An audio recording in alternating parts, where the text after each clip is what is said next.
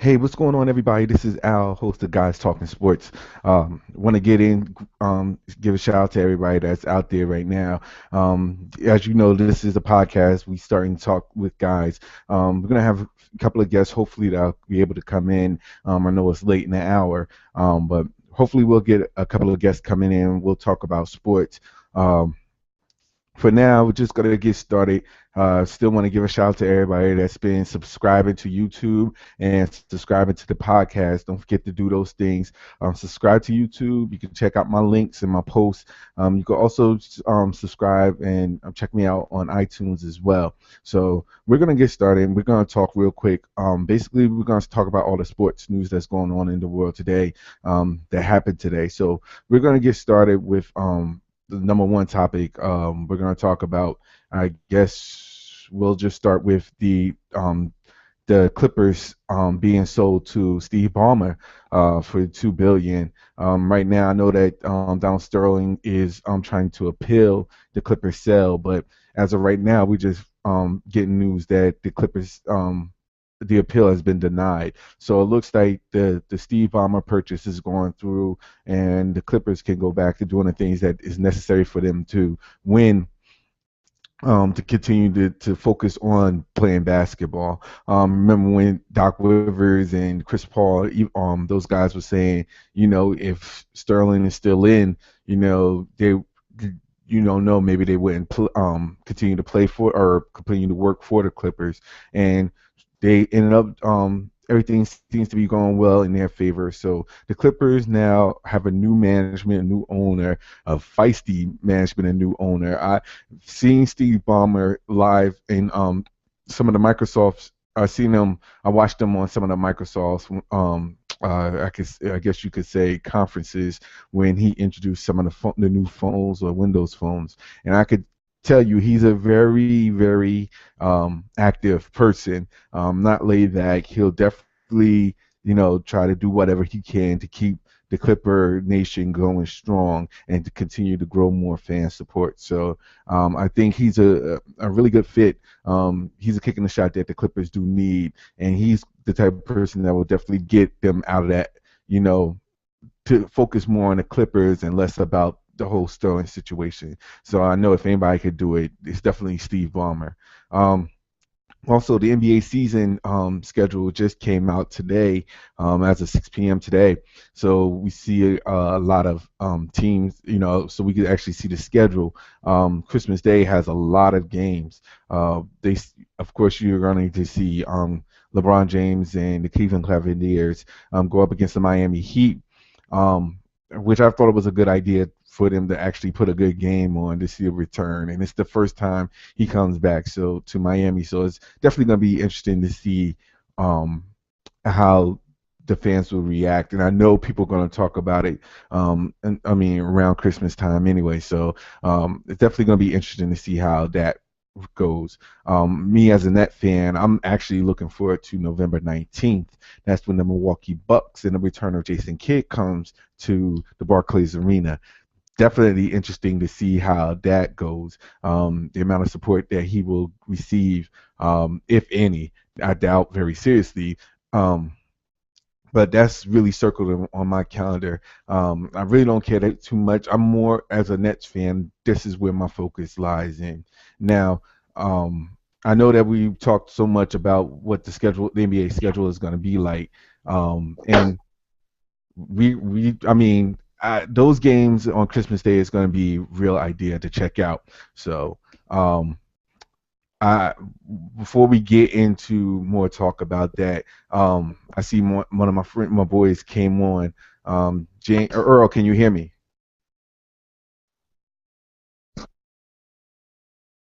Earl? I guess he's still having a little bit of technical difficulties. But as soon as he'll get on, we'll definitely bring him up to speed of what we're talking about. Um, Again, going back to also the Spurs and the Mavs is going to tip off the NBA season, which I think is a really good idea to bring them up. I mean, especially after them going 7 games the last playoff series. Interesting to see how things start off for them. It's a good matchup to keep the to get the NBA started. So I'm all for that. Also, I think the last thing we spoke about last topic was the fact that about the whole Kevin Love being traded to Cleveland for Andrew Wiggins, Anthony Bennett, and another first round pick. Um, but before we get into that, Earl, can you hear me? Yeah, can you hear me? I can't hear you. Uh, The sound is your sound. The sound. I can hear you.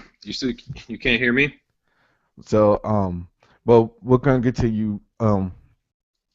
Basically, what it is that with the whole NBA season coming, I was talking about the Kevin Love situation. Yeah, with Kevin Love is basically um it's just glad that it's over. Basically, you had too much. It was just too much. People right now just talking, wondering if it was going to happen or if it was going to happen at all. And truth be told, it was good when it happened. So, because now people can actually get focused on playing basketball and playing with the teams. Kind of felt sorry for for Andrew Wiggins because, to be honest, the way Cleveland handled it, I thought it was really a bad choice for them, a bad move for them. To sign a player for an additional 30 days and then to say make a handshake agreement that you're going to trade them was just the whole output of it. The whole output of it was wrong. Um, I don't know whether or not you can mend that down the road, but it looks bad from a management perspective. No matter what you do, in regards to how the business is, you need to treat your players with the respect. And you just drafted Andrew Wiggins, and you keep him on dangling basically because you're so adamant to bring in Kevin Love, which I thought was really crazy. But um, how you treat your players is evaluate you as a company and as a business as a whole. So they have to be careful of how they do that. I mean, you really don't have. It's over with. That's all I can say at this particular point. It's over with, and truth be told, I really still don't see Cleveland being a number one team just because of that. If anything, they're a number two team. Chicago is still the number one team in my eyes, uh, especially with the way Derrick Rose is playing. If he's as anything as he was playing in the Team USA, he'll definitely give Cleveland a run for their money, and they will be the number one seed in the Eastern Conference playoffs. Cleveland has to gel, and they're not completely there yet. Until they gel, I'm not going to give them the number one seed. I'm not even going to give them, if anything, they'll get an Eastern Conference Finals nod. That's pretty much it. Let me see. Let me see if I could. Hey, Earl, can you hear me? I can hear you perfectly. Can you hear me? I still can't hear you. God darn it. Hold up.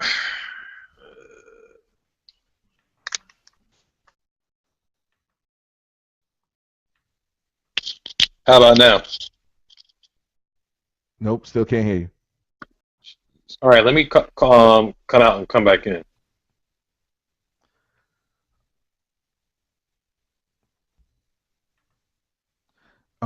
Yeah, so right now I know Earl's having difficulties right now catching up. So but that was real quick about it. As far as the Andrew Wiggins, Kevin Love thing, basically uh it's over with. I know he's happy and they should just move on and just focus on doing what they need to do. Also quick note with the NBA, um uh the whole LA thing. The question is, because Magic Johnson brought up an interesting point. He said that in 2 years tops, um, well, no, actually, he was talking about football. So I'm gonna change that. I can hear you now. I hear static. Can you hear me? Yeah. Gotcha. Okay. Now I can hear you. Oh, cool. All right. Hey, ladies and gentlemen. Earl Ross has just joined us. So we're gonna get started. I know you've been hearing me talk for about 15 minutes about rambling, so we're gonna get started. And we're gonna just go ahead and continue to talk. Matter of fact, I might as well just bring you up to speed. I was talking about the NBA schedule that just came out, and a couple of the games that was coming out, like the Cleveland against the Heat on Christmas Day. Are there any? I don't know if you took. I don't know if you took a look at the schedule or not. But is there any teams, any games, or any teams that you want to see faced off like as their first meeting? I know Cleveland and Miami is at Miami is probably the number one, but is there any other teams that you want to see face off immediately? I'm curious to see how Chicago's going to look with Derrick Rose coming back, and you got Pau Gasol in the mix. So I'm really interested to see. Hopefully, he's going to be, if not the player, but at least close to what he was prior before the injury. So I'm definitely Hmm. intrigued about that. But I didn't get a chance to look at the schedule yet, so nothing really jumps out at me. But I heard about Miami going to Cleveland a while ago, so I know that was coming up. Yeah, yeah. Not, but here's all right. So here's my question. With that, do you really think that even though I mean now that LeBron is in Cleveland, do you consider them to be the number one seed in the Eastern Conference? I would have to, with the injuries with Paul George in Indiana and Chicago. You got Derrick Rose coming back. He hasn't really played, a regular season game yet. I think just by default, you might have to give him the nod, but you kind of have to see how things play out. I mean, they still got to mesh as well. You still got to have LeBron mesh with Kyle and mesh with can't think of his name right now. Kevin Love. Uh-huh. So it's a chemistry mix. It's probably going to be a lot like how Miami was their first year when everybody was trying to find their spots and trying to pick their targets. But I think just by default on that alone, I think you kind of probably have to give them the at least number one seed going in. I'm going to be honest with you. I, I don't really concede to giving Cleveland the number one yet. I still think Chicago has a definite advantage over them as of right now. Um, like you said, the chemistry there is going to be key for them. Um, to be honest, out of all the people on Cleveland, I'm more curious to see how Deion Waiters is going to be because I Mm. think he is their X factor. So um, Kevin Love, you already know what you're getting out of him. You know what you're getting out of LeBron and Kyrie Irving. You have a inkling of what you're going to get out of Varejao or even Brandon Haywood, but um, Dion Waiters is to me is key. If he plays like he plays, he's to be honest is weird because in a way his game is similar to Wade's. So if he plays like he can play, then that changes everything. But um, I'm curious to see what they're going to do because he can mess up that whole chemistry alone. And Hmm. if LeBron doesn't, if I see this is, I mean, it's me forecasting, but what I see is that something's going to happen where he may want to be the starting. I mean, there's no reason why he shouldn't be the starting shooting guard for the team. But I could see them like maybe LBJ saying, maybe put Ray Allen or Mike Miller in the mix as a shooting guard to because they gel better with the team and have waiters come off the bench. He is not going to be happy with that. Um, Yeah. he's he's like he said that in the past. He's never happy coming off the bench. So I don't see there. I see chemistry problems lying in Cleveland. That's why I give the nod to Chicago. You really don't see a issue with. I mean, Derrick Rose is coming back. Gasol is gonna, play with whoever at this particular point. The core defensive people is still there in Chicago. I just don't see them not taking over that. I just don't see them losing to Cleveland at this particular point right now.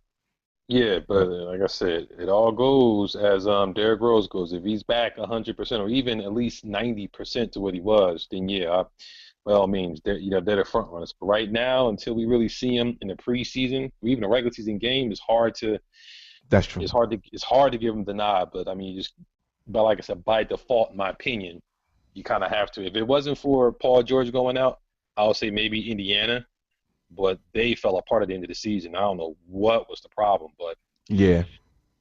like you said, chemistry. It's going to be all about chemistry, and it depends on how quickly they're going to click. But do I see them going up against San Antonio and winning a 7 game series in the finals? No way.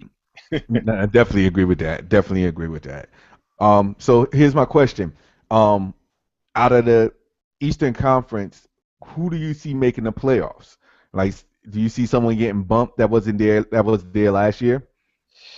I think you definitely have Cleveland, Chicago, um, Washington, Charlotte, Toronto, um, Pacers, Miami round out, and I think the Knicks are going to be in the outside looking in. Okay. All right. Wow, because I I didn't have Indiana. I had Indiana dropping out of the playoffs. Um, I I mean the whole Paul George thing really kind of for me. I had Chicago, had Miami, I had Cleveland, Washington, Charlotte. That's five. I had I completely Toronto. Um, and it's a fight for whoever is out of that Atlantic division. New York, Atlanta. I'm forgetting Atlanta.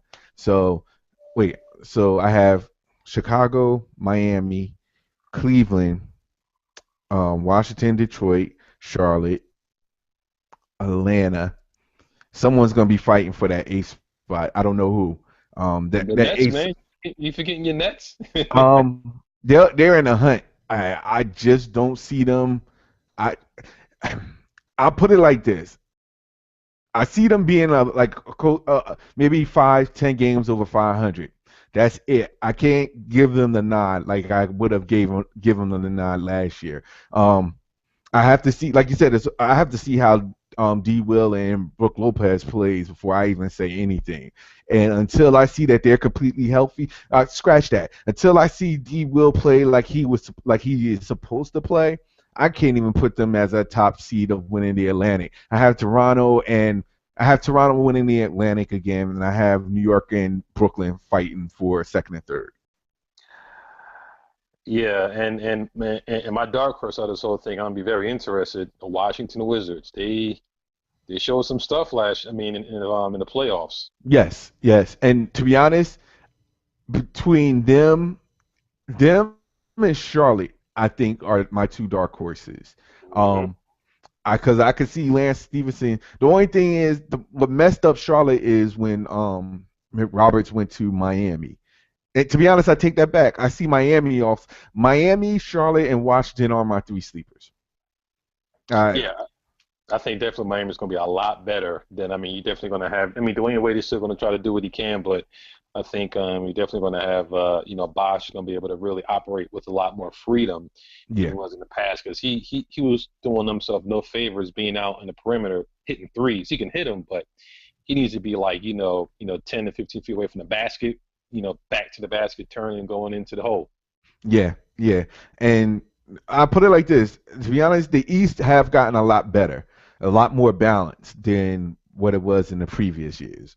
So this makes everything a lot more interesting. That's why I can't really guarantee from spot 6 through 8. I cannot guarantee which team lands where. It's just too out in the open right now. Nah, that'll probably all. I think that'll probably shake out probably a little bit after the All-Star break. Then you can Yeah, probably kind of tell who's gonna wind up where. yeah, definitely, definitely. So we're gonna jump off. I mean, oh, before we do that, quick note because I was talking about it a little bit earlier. What's your opinion about the Sterling thing now that Clippers is completely brought out now by Steve Palmer? Well, I don't think them Jokers is worth $2 billion, but they. I mean, if the Clippers is worth $2 billion, the Lakers got to be at least 4 to 5 billion easily. But I mean, it's good. They needed to kind of get some resolution and closure on this as quickly as possible. Mhm. Um, I mean, Shelley Stewart still is what she is the incognito president, or the, as she calls herself, the Clippers' number one fan. So she still gets a seat, two front, courtside seats for the rest of her life. So, I think it was probably a little bit of background dealings. I'm still a little bit uncomfortable with her still, you know, like she's still been able to sit at the games and operate. She doesn't own it, but I mean, she cashing on the deal. Where her husband was the one that did all those things, but she was his business partner for a long time, and a lot of those dealings. So I mean, it's like he's ostracized, and rightly so.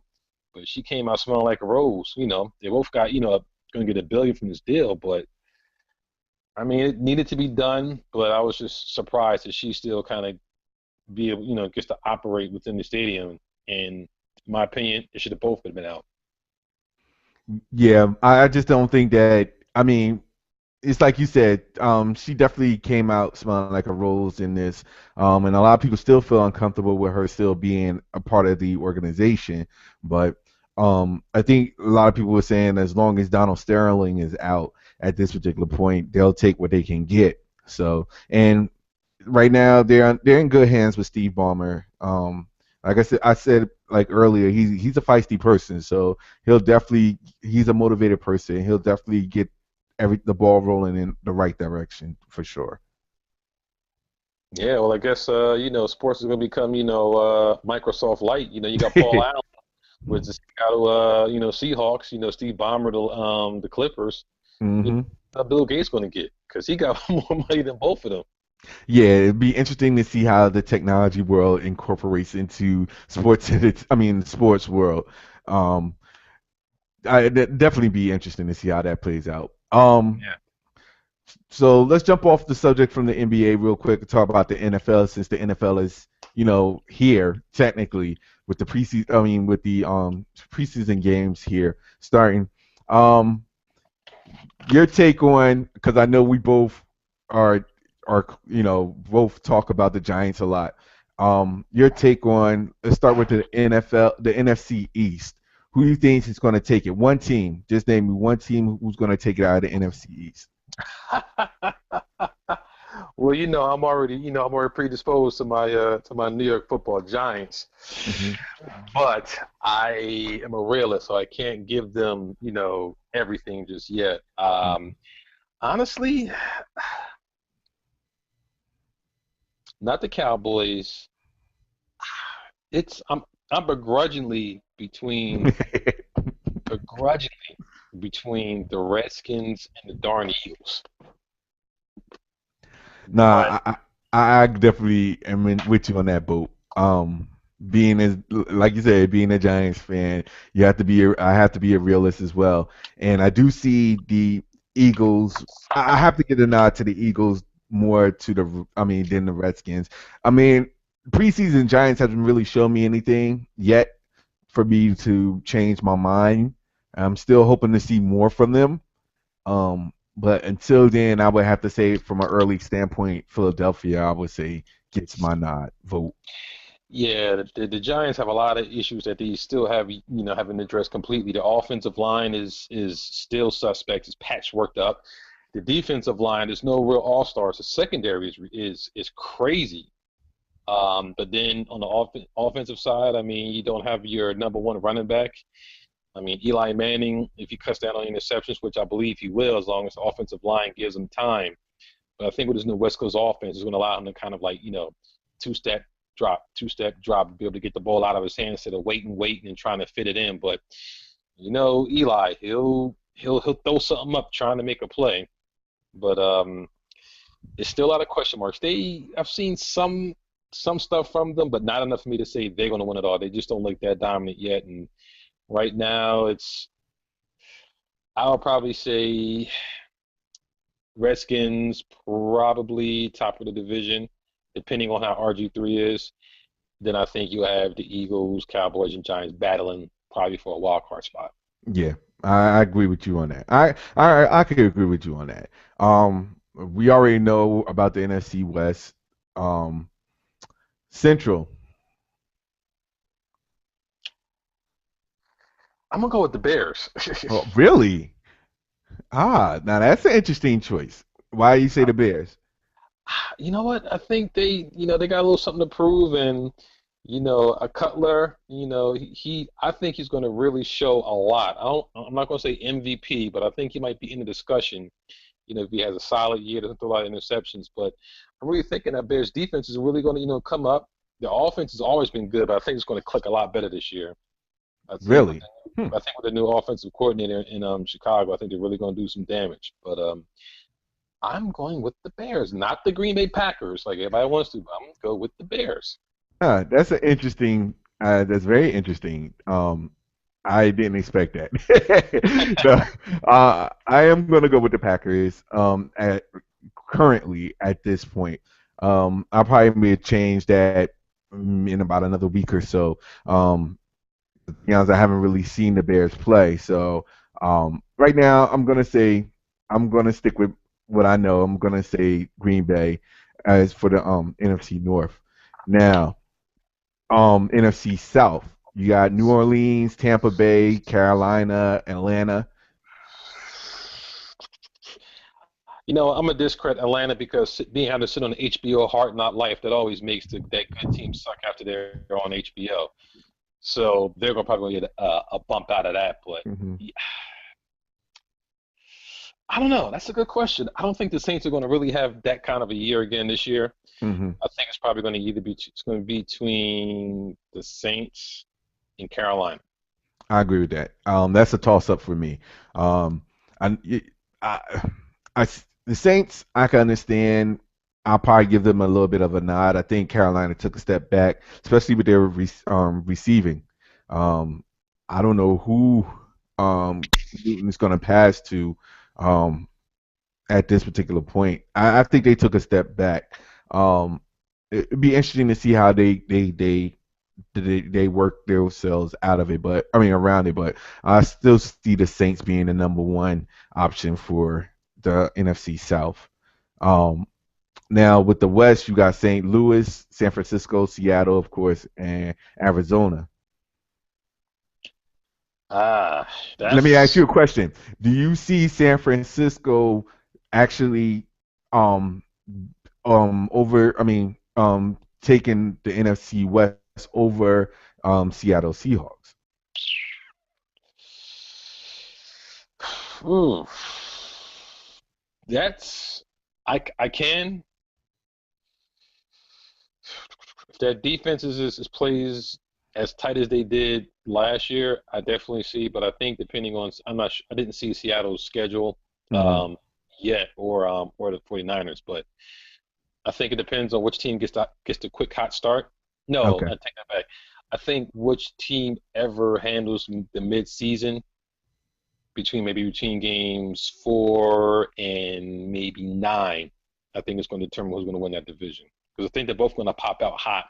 But I think Yeah. that middle of this season is going to be determined who really gets it. Okay. Okay. And that's for me. I want to say Seattle. It could go with the Seattle or the 49ers. I can't really call it. Okay. All right. You're right. At this particular point, I would love this. I'm not. I really see if San Francisco really does have a chip on their shoulder like they're supposed to be, I could really see them overtaking Seattle. But until then, they have to be known. They have to do it, and they have to do it in Seattle's hometown. For me to see them as a serious threat, not just on in that division, but in the NFC overall. Until they get to that level, I think I think this year they may do it. I would not be surprised if they do it. Yeah, Um, and I'm going to be okay. very curious to see how Seattle Seahawks handle Russell Wilson because I mean, yes, in the Super Bowl they won, but darn sure it wasn't a defense that really punched the Broncos in their mouth. So I mean, if they could, I mean, you're going to have to let Russell get a little bit, open him up a little bit more, and I think that's where you're going to really see just how good he really is because he was able to hide behind the defense practically the whole season. I mean, he was still good and made plays when he can make plays, but if they let him give him some more freedom, then you're going to see how things go. Same thing with it's gonna be the same thing with the 49ers. They gave Kaepernick a little bit more freedom last year, and he wasn't bad at all. So I mean, you're gonna have to kind of not rely everything on your defense. You're gonna let your offense, your quarterback win some games for you. No, that's true. I definitely agree with you there. Definitely agree with you on that. And it's funny because in a way it's like they play the same style in a way. Exactly the same style. So I mean, I guess that's why they match up so well. And yeah, it's weird because you would think that everybody else would have some type of blueprint similar to it, especially if it works well for San Francisco and Seattle. And you saw what happened with Seattle because they won the championship last year. So I'm wondering if everybody is starting to focus more on defense now than on the offense itself. Which is surprising because you got two, old school Pac-10 coaches, coaching 49ers in the Seahawks, and it was more offense than defense back when they were both at Stanford and USC. So it's funny how now they're more defense oriented than your offense. But I think you're probably going to, at least I think with Pete Carroll and Russell Wilson, I think you're going to allow them to kind of, you know, have a little more freedom in the offense. Yeah, yeah. And if anyone can provide more freedom in the offense, it's definitely them. Oh yeah. All right, so I'm not going to talk about the AFC East because we already know who's the favorite out of that. Um, with the North, you have Cincinnati, Pittsburgh, Baltimore, and Cleveland. What do you think? Side note, I have to get this off my chest. Cleveland Browns. John, I saw the preseason. I forgot who they was playing against. I saw the preseason game. Uh, and I have to say this and this is my disclaimer. So do not take this to heart. Anybody that's listening or watching on YouTube, do not take this to heart. I mean, I have a bone to pick with these announcers. Um, the whole thing, the last preseason game when Johnny Manziel got into the game, I mean, you couldn't show no, I mean, any more favoritism to the man, the boy, the guy itself. I mean, when Johnny Manziel got into the game, and everything, it's like everything he could have done, he couldn't do no wrong. The announcers were sitting there just like blaming receivers for mid drop passes, and it's not Johnny Manziel's fault. It's the receiver's fault. He ain't feel like he didn't want to catch that ball. And I'm gonna tell you this right now. I understand that you're trying, you're praising the guy that just got there. You know, I understand. It's just, it seems like y'all have too much love for this guy, and he's good. Don't get me wrong. It just seems as though that the way the announcers were, it was like it was on him. Like it was like when I forgot the quarterback name. That's in the first string, but Brian Hoyer. yes, thank you. Um, when he was throwing and he was messing up, they was blaming him off the bat. Like people was talking about we want Johnny, and I saw the Twitter feeds about we want Johnny and everything. Johnny comes in, he was good. He was accurate. But when receivers was when he passing the ball, receivers were dropping the ball, they was ripping into the receivers, like ripping on them hard. Like it was like he couldn't do no wrong. Like even if he stutter step, it was like, oh, but you saw how he changed his. Like the announcers I never seen so much praise for a backup QB since Tim Tim Tebow. Tebow. So it's you guys really need to be. You can't be. I understand that you guys want Johnny Manziel into the football game, but for the announcers, please be a little bit more balanced in what you're talking about. You can't. I mean, he's not. He's there to help your team out, and if he comes into the game, so be it. But you can't rip other people that blaming other things for. Like it could have been a miscue or a badly timed pass, and y'all blaming the receivers like the receivers just wasn't running the route correctly, or it was just like that whole game, I was getting more annoyed with the announcers than watching the game itself. Had nothing to do with Manziel, it was just the announcers at that particular point. Well, I didn't watch the game, but it was I think it was probably one of the most anticipated preseason games in probably the last, 10 years. I mean, even more, anticipated than when Tebow was really in there. But it's like the NFL, well, the NFL and all the news media, especially ESPN, they need that new it boy, if you want to call it that way. And right now, Johnny, he's the it guy. And I saw some highlights. I mean, they were okay.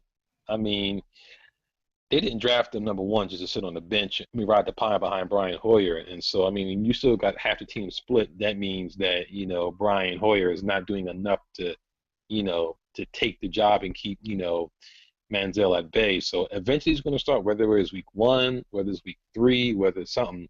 He's eventually going to start, start for that team this season. And it's they want to see Johnny football. He was exciting when he was at Texas A&M. I watched a lot of games for college, and right now Cleveland they've been terrible for years. So I mean, any little thing they got, they want to cash in on. So do I think he's ready to probably start? Not yet. Do I think he's probably going to be like a great quarterback? No, probably a good quarterback. But I mean, if you wants to look at anybody around his size or stature, I mean, you better look at some old, Drew Brees, tapes, look at Russell Wilson and what he did. Heck, you might as well go back and look at oh Lord, my memory. The old shorty QB for the New England Patriots. Flutie. Flutie? Yep, yep, Flutie. Look at some of the old stuff, man. I mean, Flutie had a cannon of an arm, so he was good. But if the offensive line can block for him, the running game is good. We don't got to put much pressure on him. And I think he'll be okay. But Yeah. No, But gotta see we gotta see him with the starters playing against the other team starters, and then that's when you can kind of really tell who's going to be. But yeah, I do believe that the news media needs to kind of clamp it down a bit on Johnny Manziel. yeah, and like I said, I don't know. It's not, has nothing to do against Manziel. He's definitely proven that he's a good quarterback. It's just the whole media hype about it is it.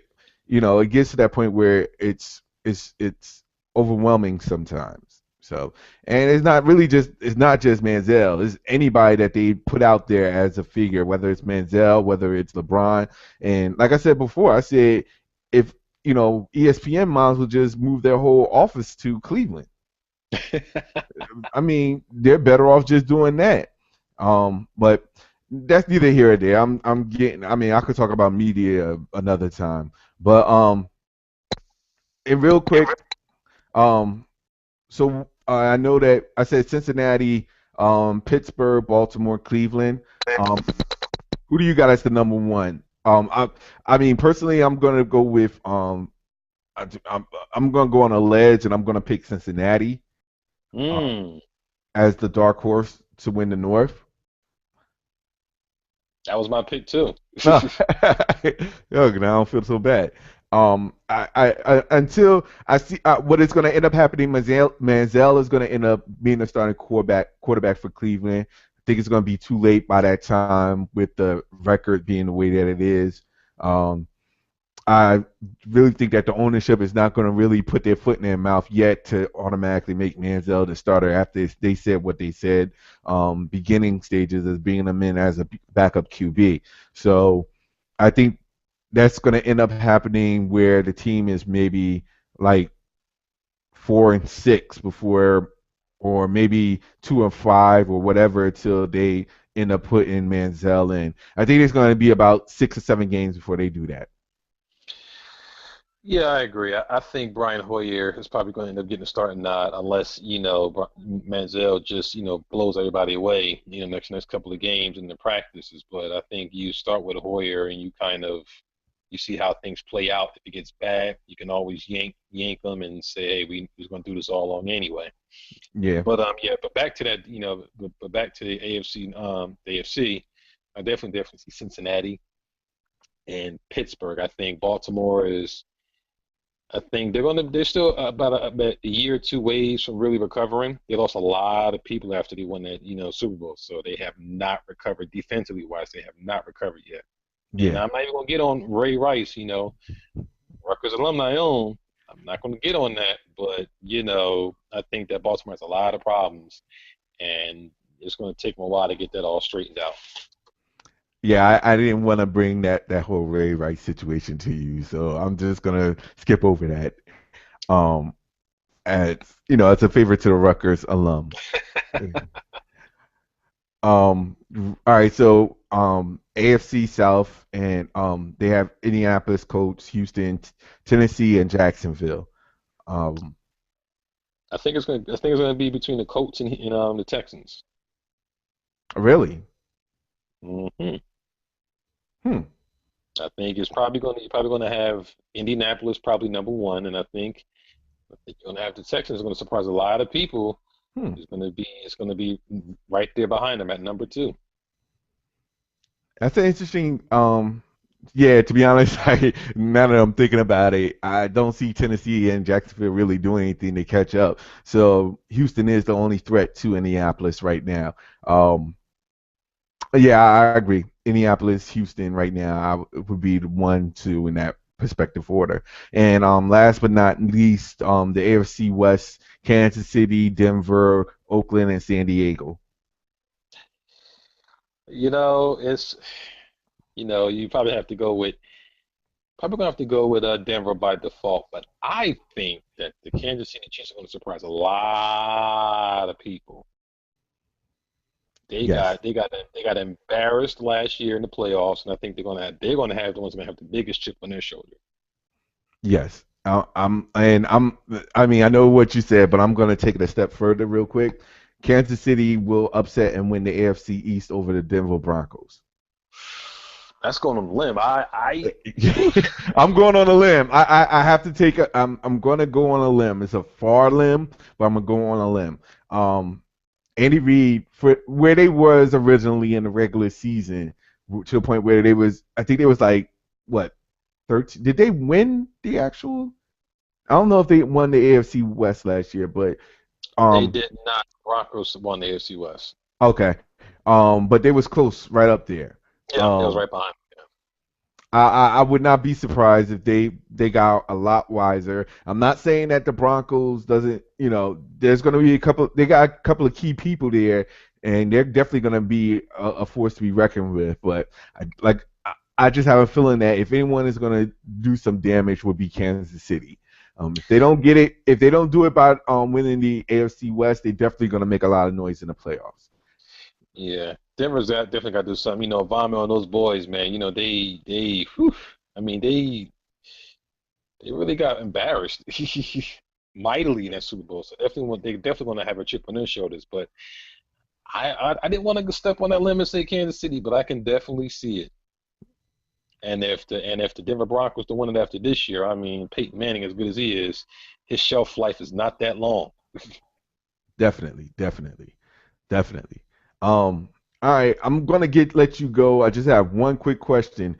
And it goes with the well, actually, yeah.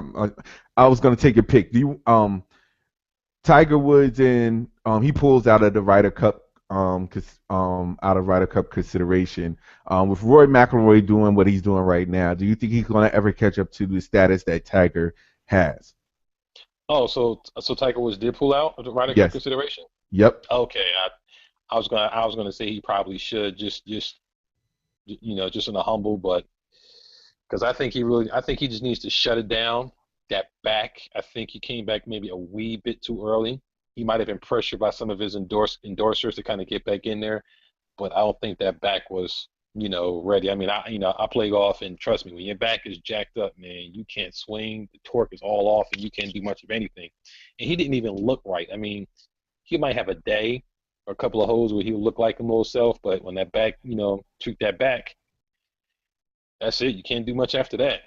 Yeah. But to your question, do I think that Rory is going to have the same effect on golf as Tiger Woods did, or beat Jack in his Or at least catch up to the same amount of wins as Tiger, and Like, is he going to reach double digits in the amount of wins?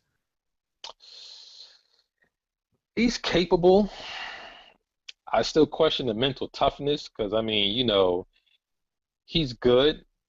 The kid is real good. But I mean, in Tiger's heyday, I mean, between like 2000, 2008, I mean, he would step on the field, on Sundays with that red shirt on. I mean, it was a wrap. If he definitely had the lead, you might as well just call it quits. It was nobody coming up. He was the best, as Skip Bayless would say, the best front runner in golf and Yeah. all sports.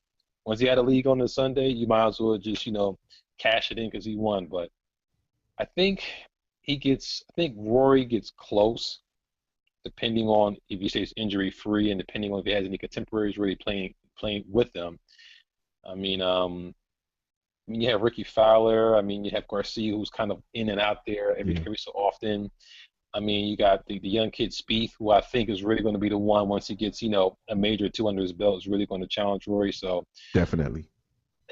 I like I said, I question the mental toughness on him. I mean, Tiger was one of the most mentally tough golf players I've ever seen, and I haven't seen anybody reach that level of intimidation, since Tiger Woods. I mean, so I think Rory gets a couple more. I think he gets close, but ultimately, I think he comes up a little bit short.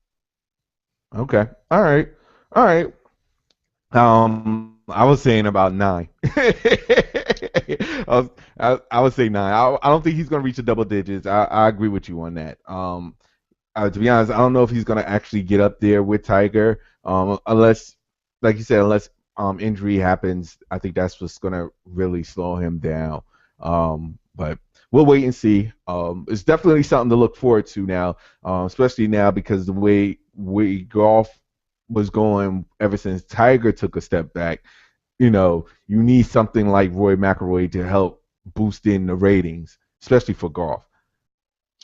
Yeah, I think the cash cow or the person who was carrying golf for the last 10 plus years was more than that probably want to call it that. It was really been Tiger Woods. So I mean, Hmm. he tripled the drop on all the purses in golf. So everybody should be giving him a grade of thanks. But it's going to be that post Tiger era. Right now, I think what Rory needs, he needs like a Phil or Ernie Els or even like in the early days of David Duval, someone that's going to push Tiger to win those championships.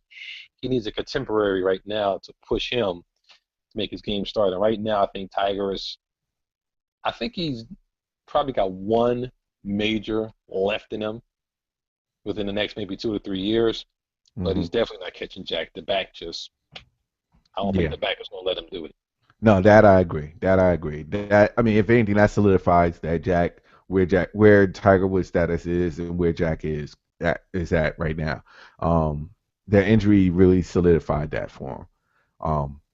Um, so I think that's all I have. We'll talk more. Me and you will talk more definitely. Real quick, Steph Curry said that he was better than LeBron James offensively. Do you agree? You said that?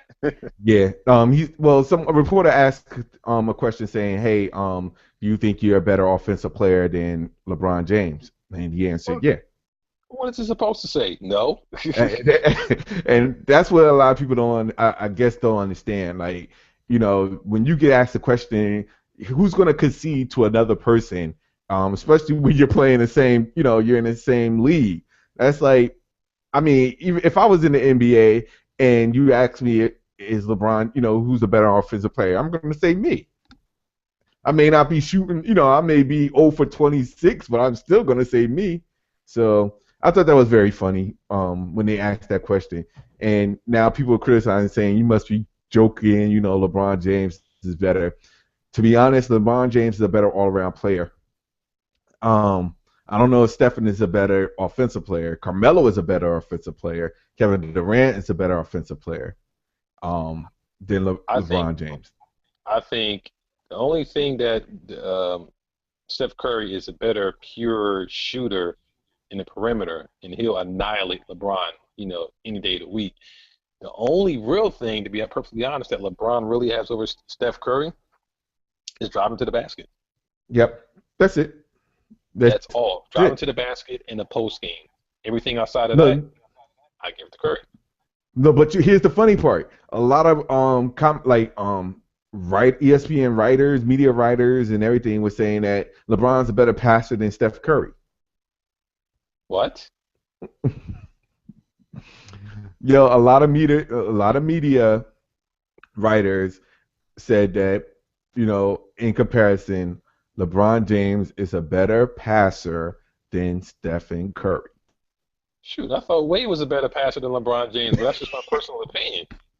I mean, perfectly honest, I always thought that Dwayne Wade was a little bit better than LeBron James because he actually played defense. But that's another we can table that We can talk discussion about to that. it. Yeah, we'll definitely talk more about that. Matter of fact, I think that'll be next week's topic about that. I have my opinions on that one big time, but that's just me. Okay. We'll have that as next week's topic. All right.